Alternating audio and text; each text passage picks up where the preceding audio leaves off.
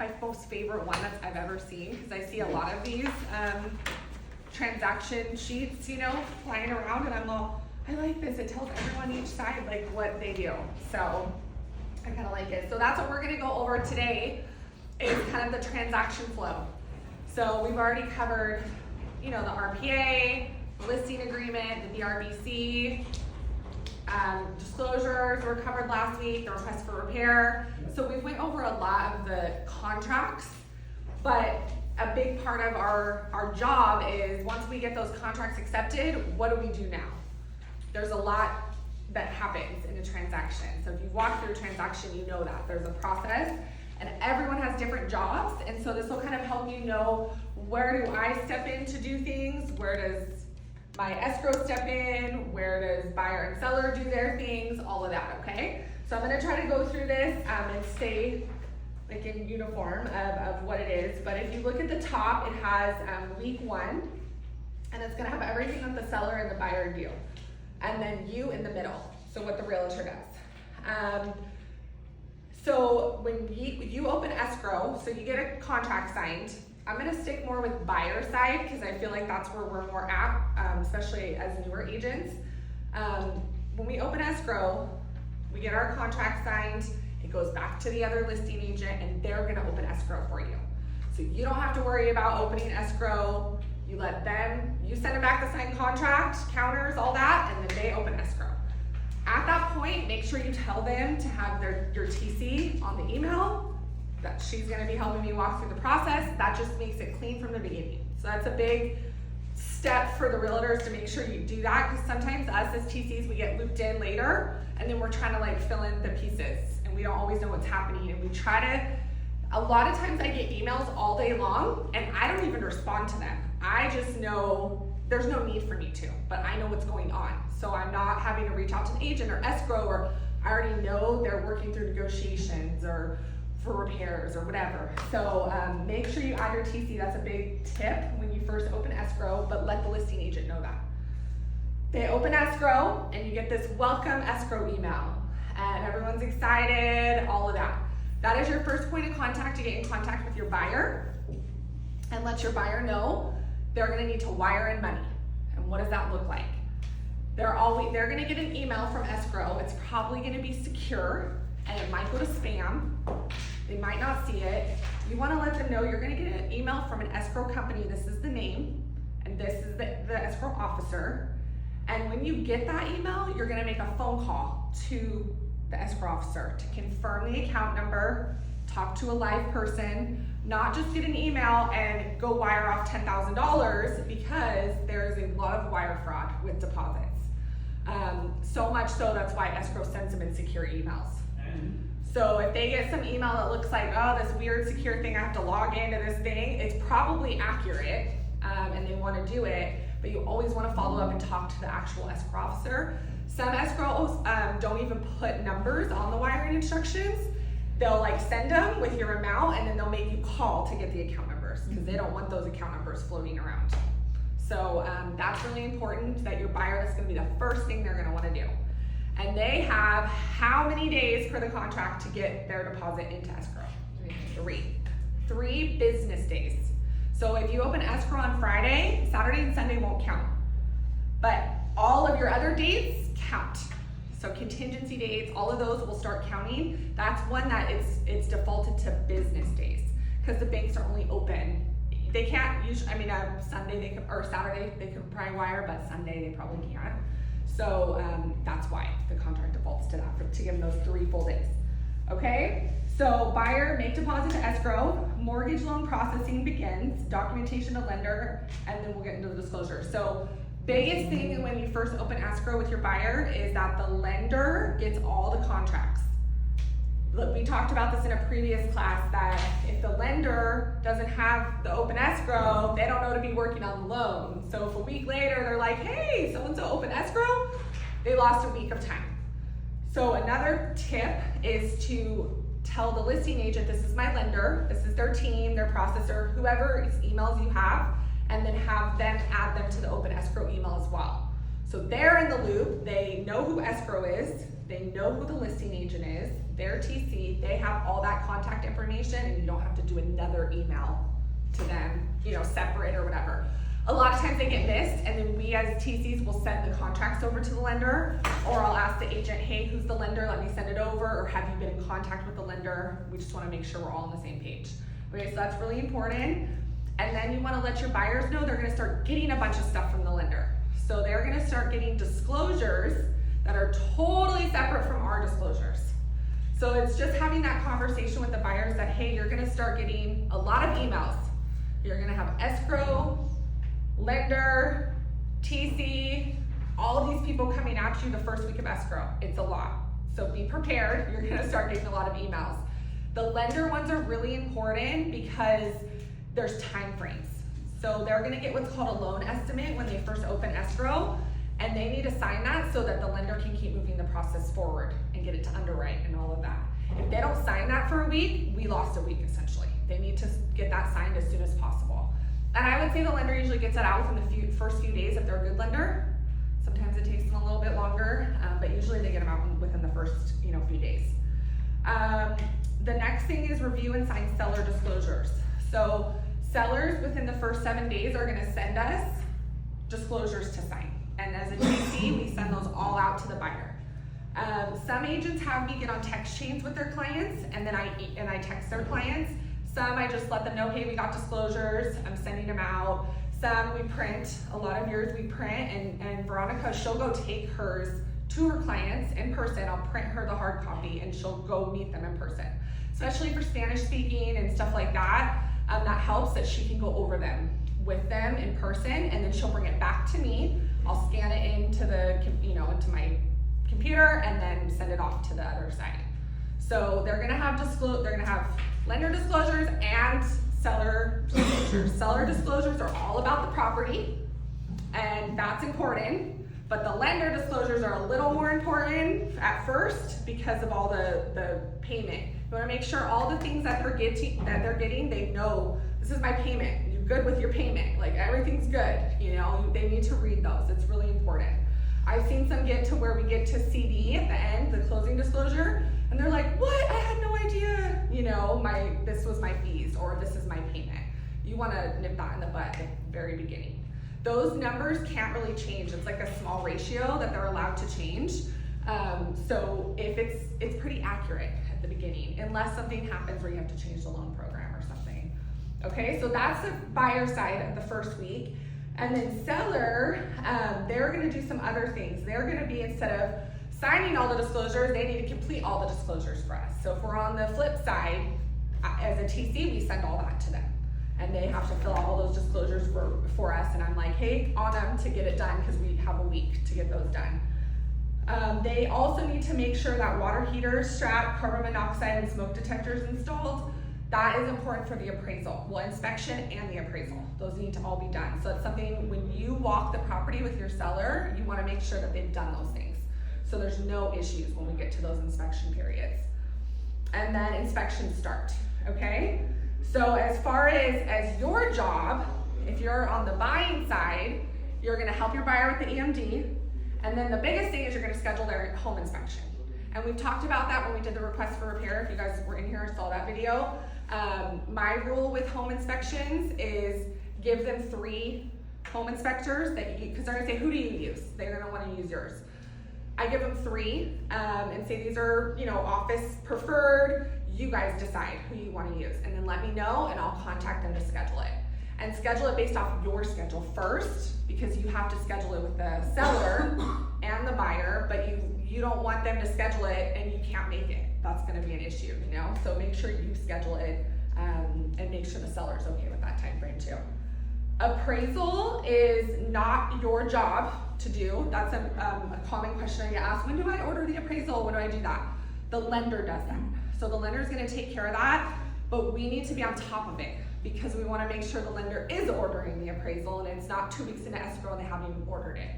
So your buyer is going to get a link, most likely from the lender, that they have to pay the appraisal. That is an upfront cost, and then their inspection is an upfront cost. So those are 2 things. They're going to be out of pocket. If the transaction cancels, they do not get that money back. So that's an important conversation. That should be in your buyer's consultation, if you guys have buyer's consultations, where you talk about that. So they're prepared for a $1,000 upfront fee, most likely, or close to it. Okay? Any questions about the first week? It's kind of chaotic the first week if you walk through an escrow. Everyone's like, scrambling. But if you kind of keep, your time frames and your emails on track, that's how the first week looks. Okay, second week, you're gonna get, they don't have it on here. I mean, make repair requests. Yeah, review inspection. So buyer doesn't have it for you. I don't know why it has us as appraisal received, like for us. That we're not gonna even get a copy of the appraisal most likely. The only time we're ever gonna get a copy of the appraisal from the lender is if our buyer gives it to us, because the buyer's gonna get it, they send it to them, or if there's an issue with the appraisal. So if value came in low, there's repairs that have to be done, then the lender needs to give us that so we can go to the sellers and ask them to help us fix this issue, whatever we have going on. So whether it's negotiating the price or the repairs getting fixed. So that's the only time we receive it. And then for your inspections, you're gonna get all your inspections hopefully within the first week. So if you guys are getting a home inspection, if you're gonna get a termite inspection, you need to do that. Usually I advise you to do just a home inspection first and then see what comes off the home inspection. If there's like a lot of dry rot and all that kind of stuff and seller's not paying for it, the termite, do a termite inspection with your clients. It's an extra $90 to $100, but then you have the knowing of that and you guys can ask for repairs. If the seller's covering it for you, because you asked in the contract and they agreed, they need to do that and provide us the report. So you won't actually go to the termite inspection. I've had agents, do I need to go to the termite inspection if the seller's doing it? I'm like, no, they'll do it separate and then they'll give us the report. We can always get a second opinion. I've got termite reports before where there's nothing on them and it's like, that's interesting because the home inspection I got has a bunch of stuff and pictures, So if you see something like that, it's like, wait a second, when was this termite inspection done? Or what's going on here? We can always get a second opinion. So never think like you have to take what the seller gives you. That's just we'd have to pay to get our own, but we can do that if we want to. Homeowners insurance, that's a big thing, and I would even say move that to like week 1. That is holding, I have like 3 deals right now that the lender is held up because of homeowners insurance right now. So it is a common, and I don't know why the lenders aren't getting on this quicker, but they need to be because they're really not. And it's like, why is that the last condition holding us up to get docs? Like, this is ridiculous. But it's high fire zones. There's just issues with insurance. Your buyer's homeowner's insurance quote could be, they think it's gonna be $1,000 and it could be like $3,000 because of where it's located. So it's really important, the first, especially if you know the house is in a high fire zone and we get a report from the sellers saying if it is or not, get on that to get insurance because you might need 2 policies. There's like a CAL FIRE one and then a regular or fair plan is what they call it. So that's really important to help your buyer walk through that because if they're a first-time home buyer, they don't even know where to start a lot of times. In here I have like 3 really good contacts. You gave me another one, so I got like a running list of good insurance contacts. So if you run into an issue, like, hey, I need a list, here you go. Here's some good ones that have helped close some of our deals. But it's super important to help them walk through that. And then I also tell them, look for bundles to save. Like if they have car, they obviously probably have car insurance already, so they should, so have homeowners added on to that. And they might get a better deal. But definitely start getting quotes the first week. I would throw that up in the first week. And then inspection, review those and then do a request for repair. So once we got the whole shebang, we know all of our repairs, our home inspection, we're gonna ask for repairs. Some agents wait until they get the appraisal. So what they'll try to do is they'll line up their contingencies where inspection and appraisal is like the same time frame because they want to see what the lender required repairs are as well. If they come back with any, especially like on FHA or VA, they might come back with some and then just ask for everything at one time. So if you want to ask for them right away, that's okay too. We can always go back and ask for lender required repairs once the appraisal comes in. So you're not like, I only went one time and I can't go back again. We can't. They can agree. A lot of the listing agents in here, Sophia does this, she will not respond to a request for repair until appraisal has come in clear. And the reason she does that is because she doesn't want to agree to something for her sellers off the request for repair, and then the lender comes back and says, oh, by the way, there's like 10 grand more stuff, and now you can't close escrow, because if it's lender required, it has to be done. So then she just lost, like, oh, I just gave them all of this, now I need to do this. Yeah, so she'll wait, and sometimes that's hard because we're like waiting for the appraisal. We have all these inspections, but it's smart because she saved where she's like, okay, now there's all these lender repairs, we're gonna do these, we're not doing any of these other things that you guys want, but we'll do this. And then, usually that works in our favor. So just, when you're on the listing side, you kind of want to think about that more. Buying side, you just want to get everything because you're trying to get everything for your buyer. But on the listing side, you're trying to protect your seller a little more, so be aware of that. And then we get to releasing contingencies. So there's different contingency periods in the contract. Everything defaults to 17 days per the contract, but usually we lower those. So like inspection 10, appraisal 14, whatever you guys want to do. Just makes your offer stronger. But you can leave it 17. A lot, especially in this market, a lot of agents are leaving them 17. If we're countering on a listing, I don't leave them at 17. I always go down to lower because I don't want to wait 17 days for an inspection. Like it's a long time for your sellers to be waiting, and then the buyer just goes, I'm backing out after 17 days because of the inspection, You want them to back out because of the loan, like okay, but there's no need for the inspection to wait that long. That's my personal opinion, but it's just a waste of time. And we've had a lot of cancellations with escrows, so you don't want to hold up sellers any longer than you have to. So that's buyer side, and then you're kind of just hanging, I feel like, and those middle weeks are pretty simple. So you're out getting more business, there's not a lot to do, kind of just check in, your TC's checking in, making sure disclosures are signed, doing their side. So you're kind of just hanging. Once you have all that request for repair done and everything kind of finalized, we're just waiting for the loan. That's usually the last part we're waiting for. So at that point, we want to make sure our buyers, the lender's on top of it. So sometimes we have to be on top of lenders, unfortunately. We have to help them do their job sometimes. But we want to be on top of it and make sure our client is getting their conditions in a timely manner. That's a big thing. Sometimes clients don't realize time is of the essence. So if the lender says, hey, I need an updated pay stub, and they take them 4 days to get them an updated pay stub, we just lost 4 days of an underwriter getting to review that and going back into underwrite. There's a whole lender process. So if they ask for a pay stub and if your buyer has it, they need to get it like that same day if they can, so we just don't hold up things.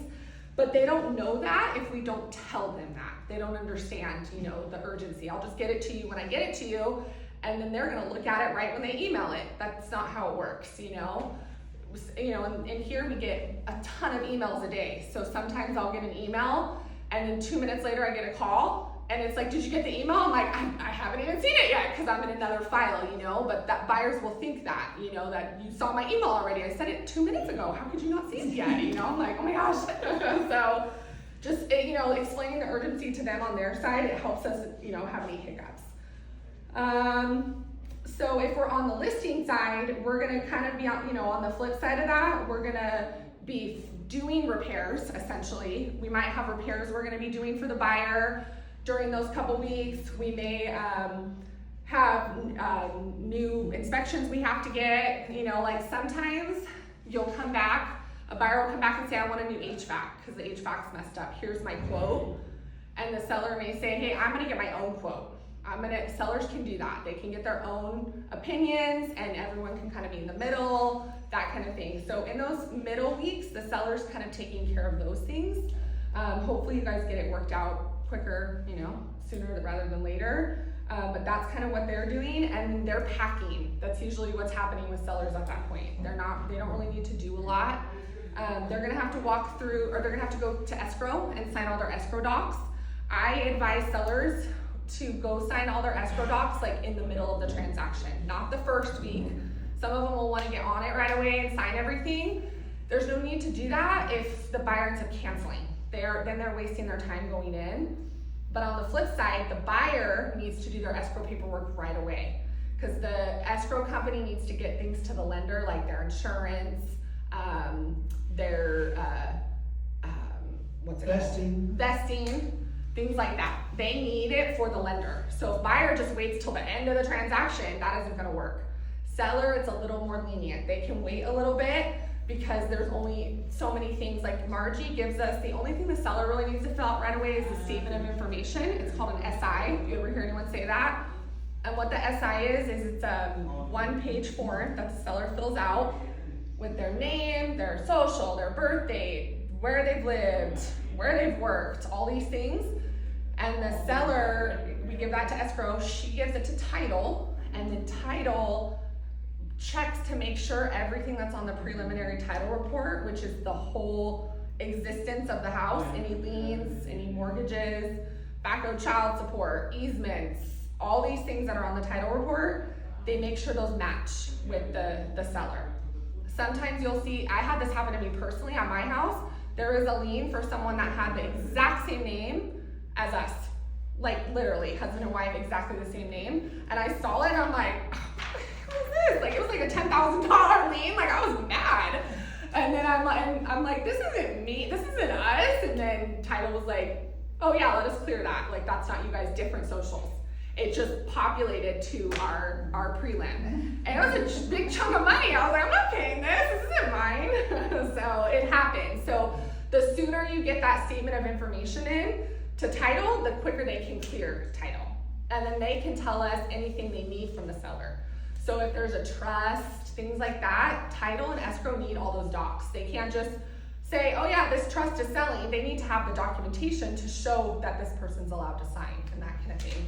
So you're if you're on the listing side, you're gonna try to help with those docs. Escrow will reach out to your seller to get those docs.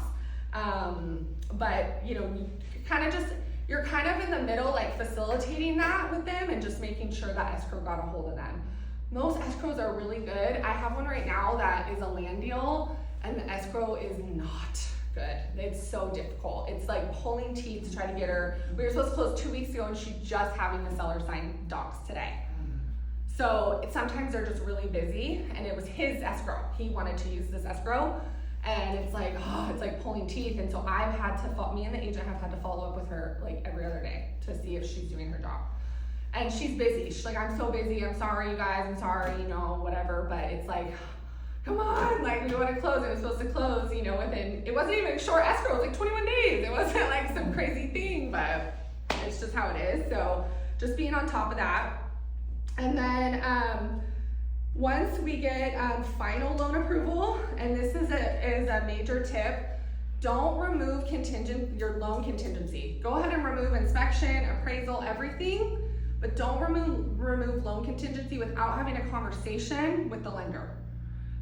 Sometimes I've had some of the newer agents, because they don't know, you don't know what you don't know, and they're like, yeah, we're good, the loan's good, and I'm like, well, who said it's good? Like, let's have a conversation about that. The buyer, yes, they think it's good because everything's good, but we need to get a clear to close from the lender or a green light from the lender saying, we don't have to clear to close, but we're waiting for like one little last thing, but it's not a big deal. Like, you know, a little last minute thing that's not gonna affect the loan necessarily. It's just a document they need to get it to clear to close.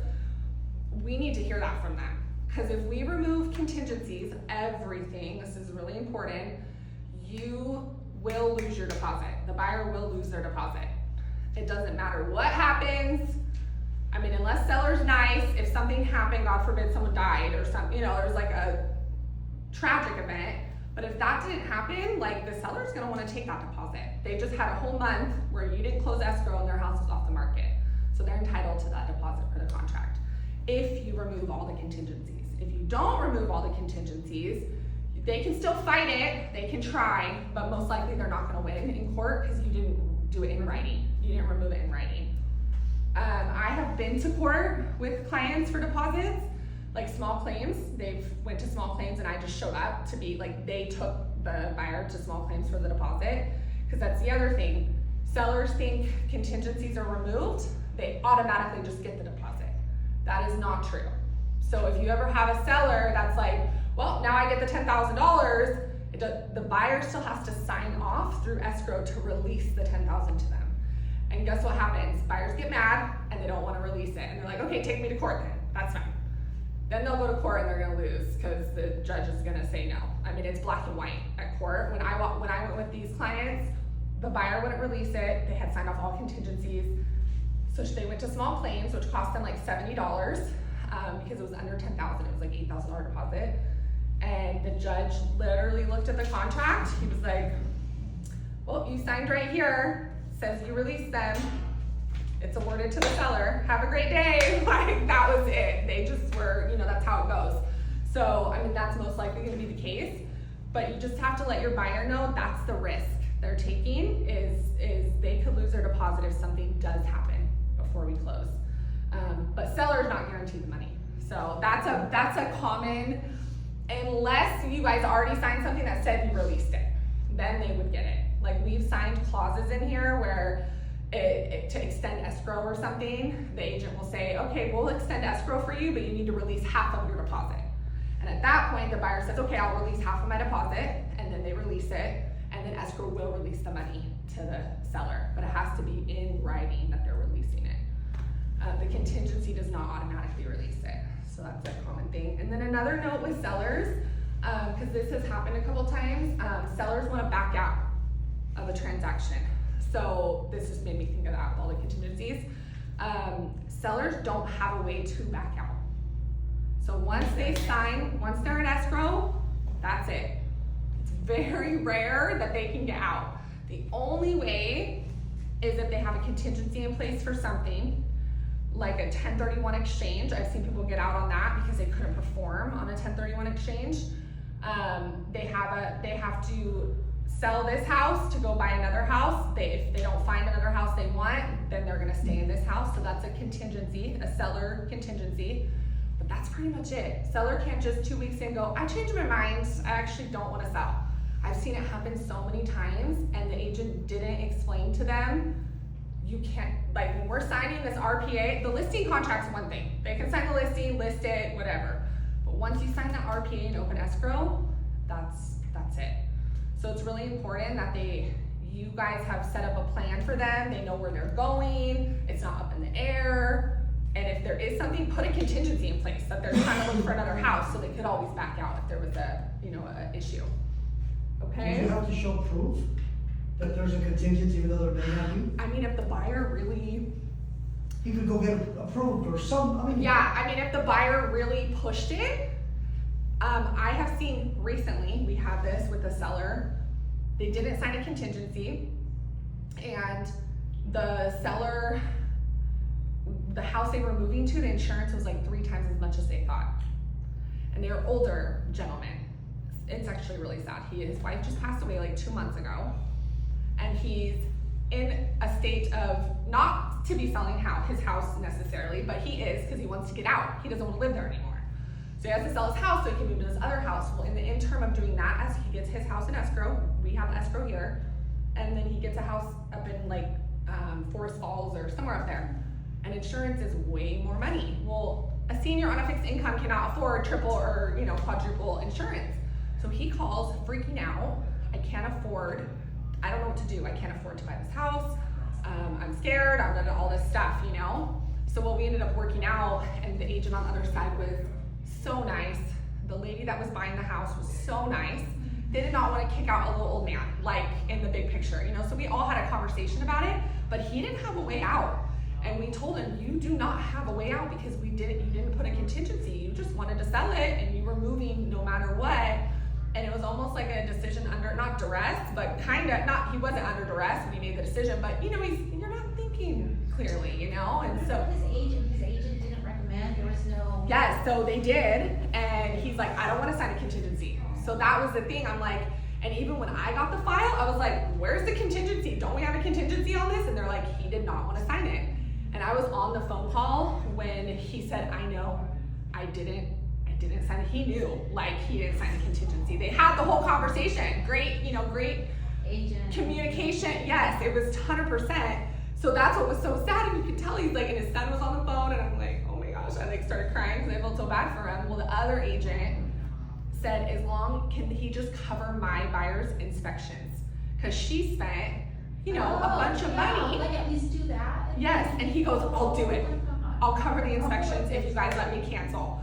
So it all worked out. But point being, like, he did not have, if the people on the other side were jerks, and we bought this house, we want this house, we're buying it, he had no recourse, So it's just really important to have those conversations, and you don't think about it till you're in it, but I've seen so much through here, and personalities and people and all of that, and so you learn, from experience, where looking back, I'm like, should have just made him sign one. Like, no, you're signing a contingency. You don't have to use it if you don't want to, but it's there in case. It's a protection in case, and then he would have had it, because he had no idea insurance was that much, and no one did until they got to that point, like 2 weeks in escrow. So anyways, that's just a little side story. Sorry for that side bit, but That's a great point, though. but it's good to like hear the stuff. So when you get into a you're like, oh yeah, I should probably do that. That's how I learn. It's your salary. You don't know this, but you're gonna buy a house. Yes, you are. Yes. Okay, so closing section. You're gonna wait for your clear to close. How many of you are familiar with the closing disclosure and that time frame that you have to wait to sign loan docs? Do you guys know about that? I think you do. It's like the 3-day period. So lender sends out the closing disclosure, and the buyers have to sign that. So that's really important when they get that in their email. So if you are on the listing side and you hear, oh yeah, lender's sending docs to escrow. Okay, well, when did the CD get sent? That's the biggest question I always tell the agents ask. Did you guys hear about a CD being sent? Because loan docs can't be signed until that CD is sent and 3 days passes. So it's a long time. So that's really important. That should be going out at least a week before closing escrow. That CD should be going out. And that's just all their final fees. They sign it digitally, the buyer. And then from there, they're gonna get loan docs sent to escrow. And the buyer's gonna sign those with a notary. So sometimes they get confused, like, oh yeah, I signed the stuff the lender sent. They sent me all that stuff, I docu-signed it, all that. There's a whole big package they're gonna sit and sign in escrow. So that's totally separate. So you just wanna make sure that they know that, and that's all gonna get signed with escrow. You don't have to go to that as an agent. You can, some agents do, but you don't have to. Really their lender should be there to answer questions for them, or the notary will meet them, and if they have questions they can call you or the lender. But most of the items you're not gonna be able to help them with anyways, because they're lender docs. They have nothing to do with our real estate side.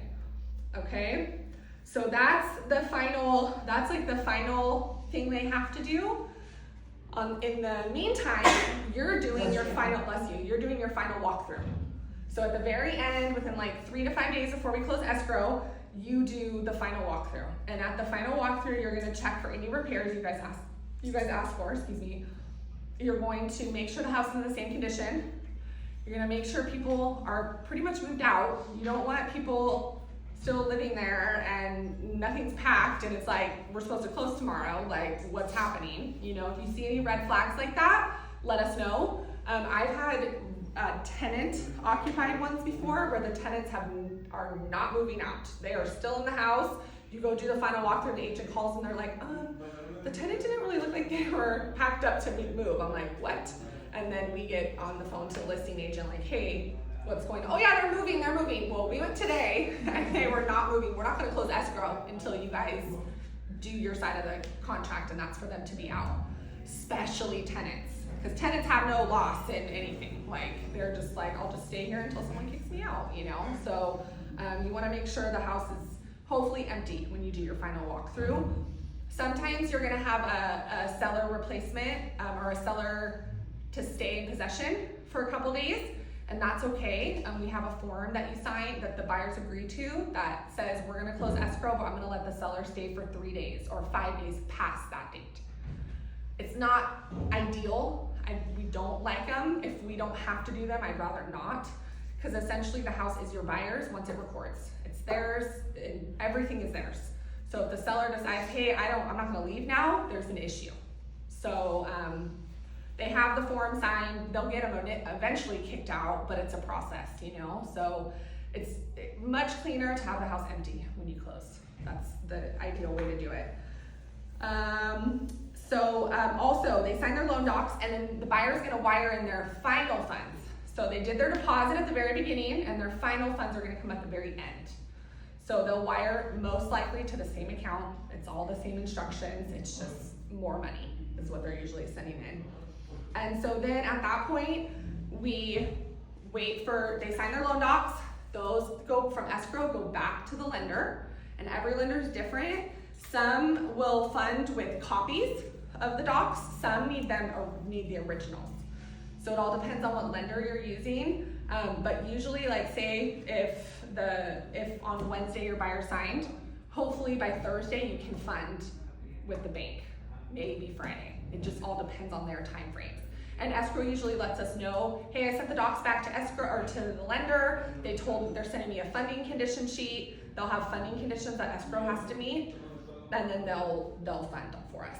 And so then once they fund, once we hear from escrow, your loan is funded, that's woohoo, yay, we're almost there. And then we record.